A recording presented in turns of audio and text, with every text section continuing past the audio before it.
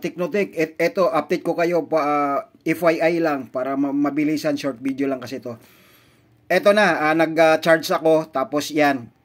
Explain ko sa inyo, 4.2 na, malapit na siyang mapuno, kaya yung amperahe niya dito, yung 0.18, konti na lang natira.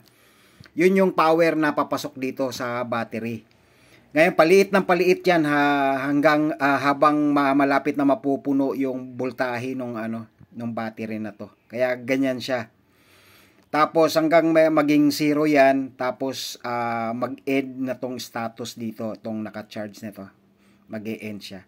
So ganyan muna ang explain ko sa inyo po. Next time yung pag-discharge naman ang i-explain ko sa inyo kung anong nangyayari dito. So malapit na mag full charge yan kasi maliit na lang yung drone niya ng amperahe.